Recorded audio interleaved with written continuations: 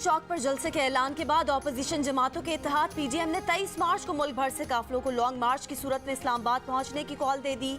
PDM के इजलास के बाद मौलाना फजलुर रहमान की प्रेस कॉन्फ्रेंस, पीपल्स पार्टी और अवामी नेशनल पार्टी को भी शिरकत की दावत। कहा 23 मार्च को नमाज जोहर के बाद पूरे मुल्क से काफिले इस्लामाबाद की तरफ रवाना हो जाएंगे। इस्लामाबाद जाकर कितने रोज बैठना है वहीं तय करेंगे। उसके बाद जलसे के शुरका कौमी असम्बली के इजलास में जाने वाले अरकान को कवर फराहम करेंगे। स्पीकर जल्द इजलास बुलाएं, हम इन्हें छठी का दूध याद दिला देंगे। डंडे का जवाब डंडे और पत्थर का जवाब पत्थर से देंगे।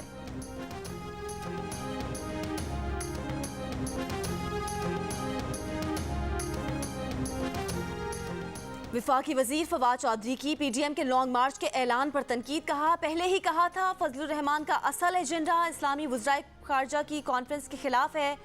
15 साल बाद इस्लामी वज़राए खारजा कॉन्फ्रेंस का इजलास इनको हजम नहीं हो रहा, इसलिए 23 मार्च को इस्लामाबाद ब्लॉक करना चाहते हैं जब पूरा मुल्क यौम तशक्कुर मना रहा होगा। हम फसादियों से निमटना जानते हैं।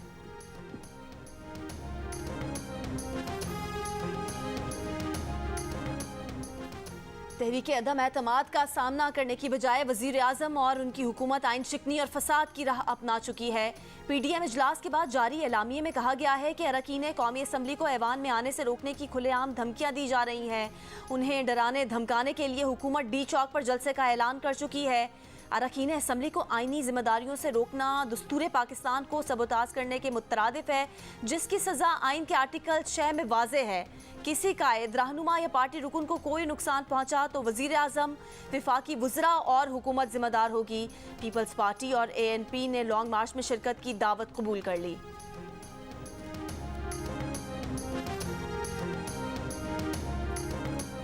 इस्लामाबाद में MQM की सीनियर क़यादत की बिलावल भुट्टो और आसिफ जरदारी से मुलाकात। पीपल्स पार्टी ने अपने एलामिये में कहा कि पीपल्स पार्टी और MQM ने सिंध की सतह पर तमाम मामलात पर इत्तफाक कर लिया है।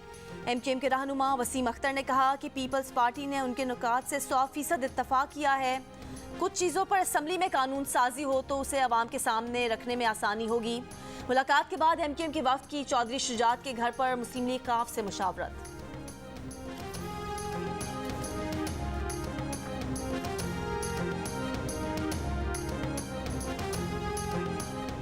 वज़ीर आज़म इमरान खान की पार्लियामेंट लॉजेस में BAP के पार्लिमानी लीडर खालिद मक्सी और दीगर अरकान से मुलाकात। BAP रहनुमा जाम कमाल खान ने कहा कि 2-2.5 साल से विफाक की जानिब से वन मैन शो हो रहा था। हुकूमत से मुज़ाकरात की जिम्मेदारी खालिद मक्सी को सौंपी है, उनका फैसला सबको कबूल होगा। बलोचिस्तान अवामी पार्टी अपना फैसला खुद करेगी। वज़ीर आज़म की GDA के रहनुमाओं फहमीदा मिर्ज़ा और जुल्फ़िकार मिर्ज़ा से मुलाकात। फहमीदा मिर्ज़ा ने कहा कि हुकूमत को मुद्दत पूरी करनी चाहिए।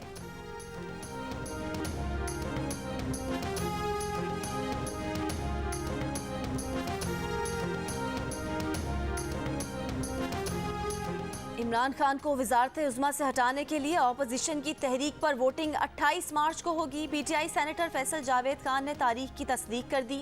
कहा कौमी असम्बली का इजलास 21 मार्च को बुलाया जा सकता है। पहले दिन सिर्फ मरहूम अरकान असम्बली के लिए दुआ होगी।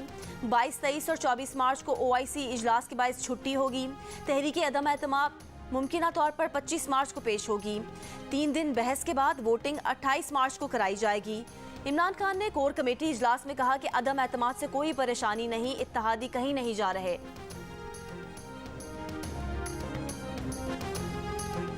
हुकूमत जलसा करना चाहती है तो कर ले, लेकिन जलसे के बाद धरना दिया तो हम इनका इलाज कर देंगे। मुस्लिम लीग नून पंजाब के सदर राना सनाउल्लाह की जियो न्यूज़ के प्रोग्राम आज शाहजेब खानजादा के साथ में बातचीत। कहा हमने भी कारकुनान को कॉल दे दी है, हमारे लोग डी चौक पहुंचकर हुकूमत की वो दुर्गत बनाएंगे कि इन्हें भागने का रास्ता नहीं मिलेगा। PTI जो चंद 100 अफराद डी चौक लेकर आएगी, उन्हें 28 मार्च की सुबह डी चौक से फारिग कर दिया जाएगा।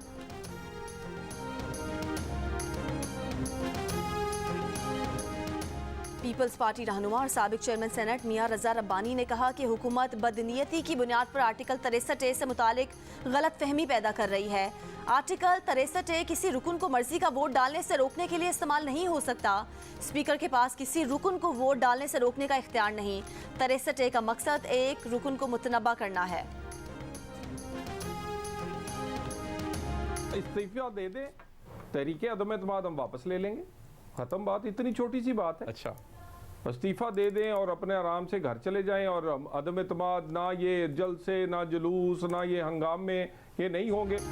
इमरान खान इस्तीफा दे दें, तहरीक अदम एतमाद वापस ले लेंगे। नून लीग के रहनुमा तलाल चौधरी की प्रोग्राम आपस की बात में गुफ्तगू। इससे पहले वफाकी वजीर फवाद चौधरी ने अपोजिशन को तहरीक अदम एतमाद वापस लेने का मशवरा देते हुए कहा कि देखते हैं कि इन्हें बदले में क्या दिया जा सकता है।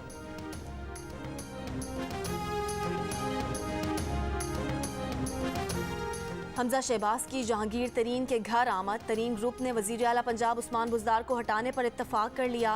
मुलाकात का मुश्तरका एलामिया जारी। तरीन ग्रुप के अरकान का पंजाब की सूरत हाल पर इजहार मायूसी। जियो न्यूज़ को हासिल मुलाकात की अंदरूनी कहानी के मुताबिक तरीन ग्रुप के अरकान ने आइंदा इंतखाबात के लिए टिकटों की यकीन दहानी मांग ली। ये भी कहा कि हुकूमत से अलहदगी के लिए जहनी तौर पर तैयार हैं। माइनस बुज़दार आपके साथ हैं, ताउन तवील होना चाहिए। हमजा शहबाज ने कहा कि आपके जज्बात क़यादत के सामने रखेंगे।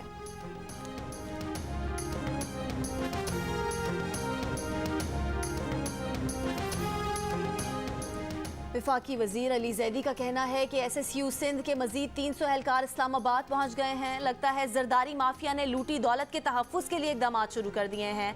दौलत से अरकान असम्बली को खरीदने की कोशिश की जा रही है। सिंध हाउस के तमाम कमरे भर चुके हैं। 70 एहलकार PP के लॉन्ग मार्च में साथ आए थे। 30 एहलकार हर वक्त सिंध हाउस की सिक्योरिटी पर मामूर रहते हैं।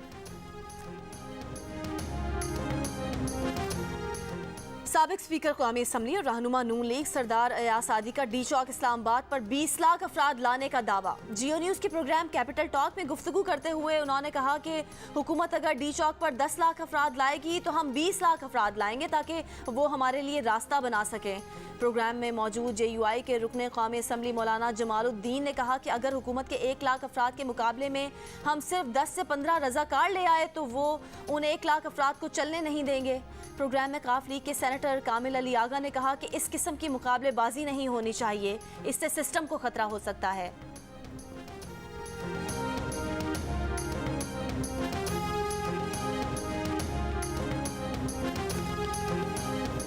महकमा मौसमियात की रमा हफ्ते मुल्क में गर्मी की लहर की पेशगोई। खैबर पख्तूनख्वा, इस्लामाबाद, बालाई वस्ती पंजाब, सिंध, जनूबी बलूचिस्तान में दर्जा हरारत मामूल से 7 से 8 डिग्री सेंटीग्रेड ज़्यादा। शिमाली बलूचिस्तान, बालाई सिंध, जनूबी पंजाब और कश्मीर में दर्जा हरारत मामूल से 9 से 10 डिग्री सेंटीग्रेड ज़्यादा रहने का इम्कान है। कराची में गैर मामूली गर्मी, पारा पीर के रोज़ 36 डिग्री सेंटीग्रेड पर पहुँच गया। महकमा मौसमियात की 16 मार्च तक गर्मी की शिद्दत ज़्यादा रहने की पेशगोई। यंग डॉक्टर्स एसोसिएशन बलूचिस्तान ने एक बार फिर अपने मुतालबात की मंजूरी के लिए एहतजाजी रैली निकालने और वज़ीर आला हाउस के घेराव का ऐलान कर दिया। यंग डॉक्टर्स एसोसिएशन का कहना है कि हुकूमत ने मुतालबात मंजूर किए जाने के बावजूद 1 माह गुजरने के बावजूद हुकूमत की जानिब से नोटिफिकेशन जारी नहीं किया जा रहा।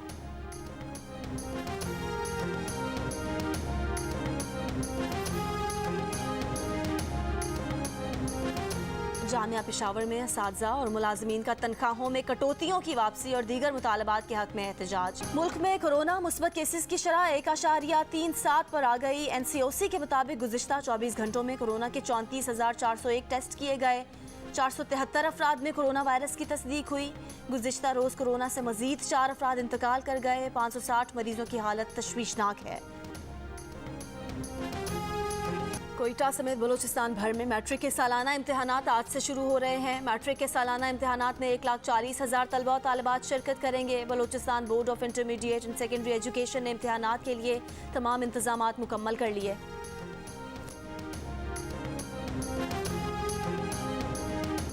चेयरमैन पीपल्स पार्टी बिलावल भुट्टो जरदारी इस्लामाबाद की कोहसार मार्केट जा पहुंचे। शहरियों के साथ सेल्फियां बनवाईं।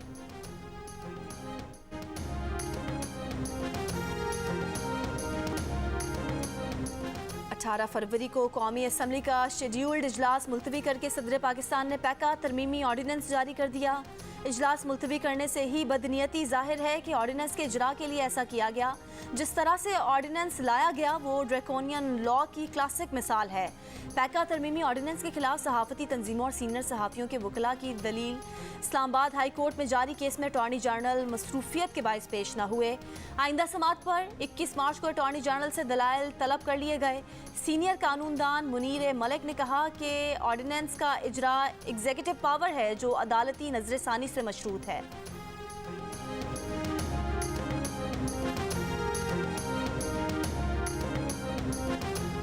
कराची टेस्ट जीतना ख्वाब लगने लगा। पाकिस्तान टीम के लिए मैच बचाना चैलेंज बन गया। आज चौथे रोज टीम ऑस्ट्रेलिया 81 रन एक खिलाड़ी आउट से अपनी दूसरी इनिंग्स आगे बढ़ाएगी। मेहमान टीम को मजमूई तौर पर 489 रन की बढ़तरी हासिल। पहली इनिंग्स में 556 रन के जवाब में पाकिस्तान की पूरी टीम 148 रन पर ढेर हो गई थी।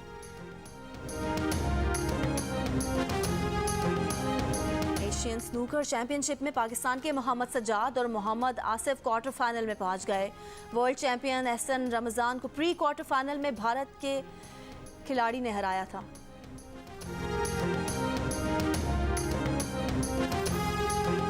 क्रिकेट, वेस्ट इंडीज ने सीपीएल में विमेंस टूर्नामेंट कराने का ऐलान कर दिया, जो इस साल 30 अगस्त से शुरू होंगे।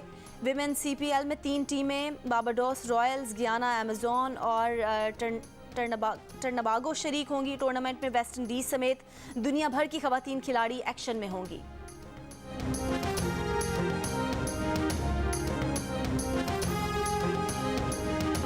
कमालिया